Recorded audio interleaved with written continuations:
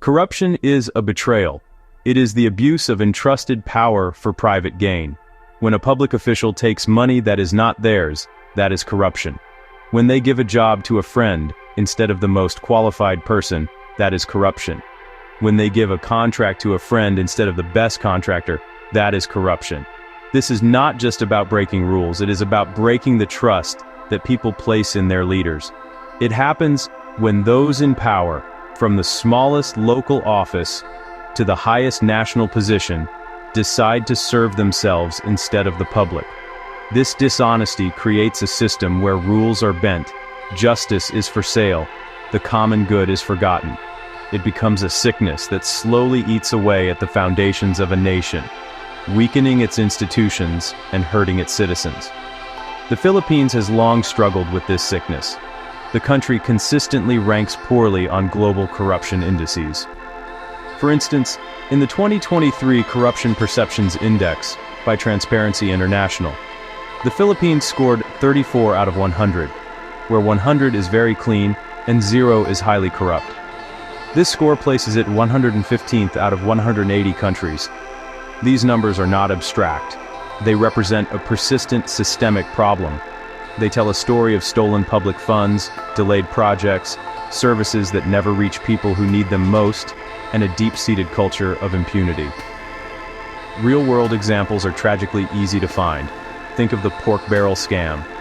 Money meant for roads, schools, and health centers allegedly ended up in the pockets of politicians and their allies. Another common example is tongpats, kickbacks on public works. Officials receive a percentage of the contract price, inflating costs, leading to substandard materials, resulting in roads that crumble after one rainy season and buildings that are unsafe.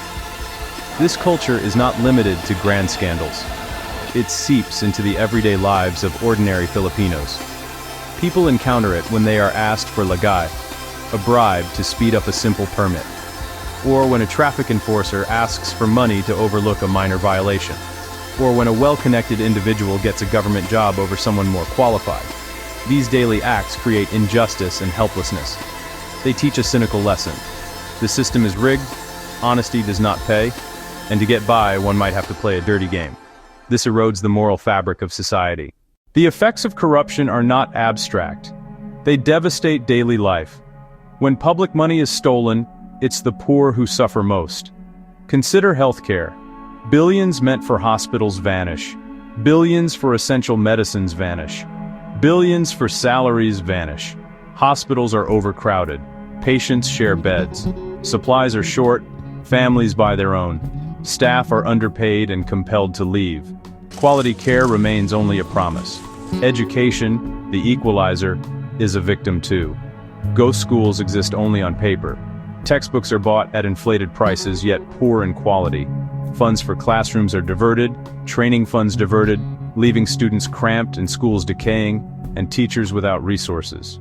A generation robbed of opportunity, trapped in poverty, because someone chose personal gain over a child's future. Infrastructure bears ugly scars of corruption. Substandard materials waste taxes and endanger the public. A poorly built bridge can collapse. A shoddy evacuation center can fail in a storm. Lack of flood control causes catastrophic damage. That failure costs lives. Corruption destroys opportunity. Stunted development, lives lost. Trust in institutions erodes. Police taking bribes. Courtrooms where cases are for sale. Officials enriching themselves with impunity. People's faith in democracy withers. They grow cynical and disengaged.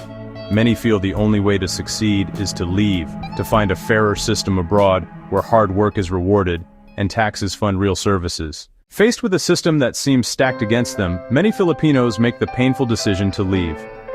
They become Overseas Filipino Workers, OFWs. The numbers are staggering. According to the Philippine Statistics Authority, an estimated 1.96 million OFWs worked abroad in 2022.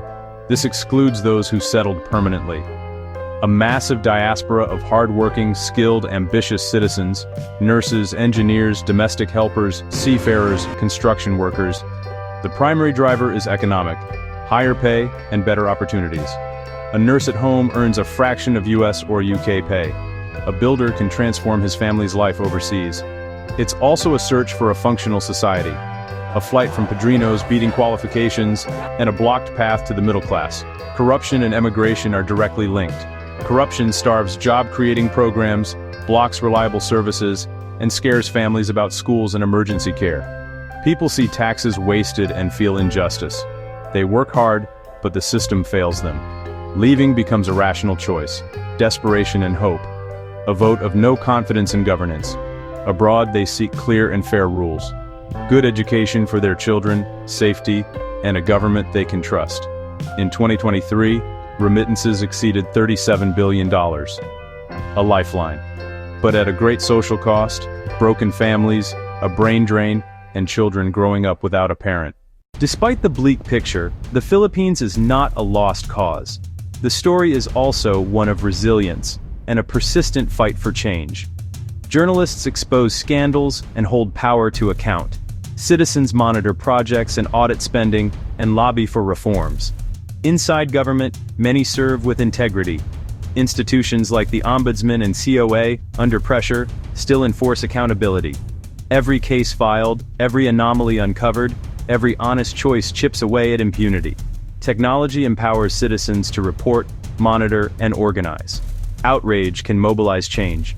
Transparency tools make it harder for corruption to hide. Hope lies in the Filipino people themselves.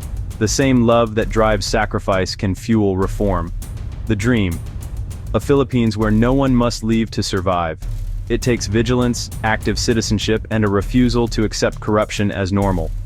The path is long, but the fight for a just, honest, and prosperous Philippines, a country worthy of its people's love, must and will continue.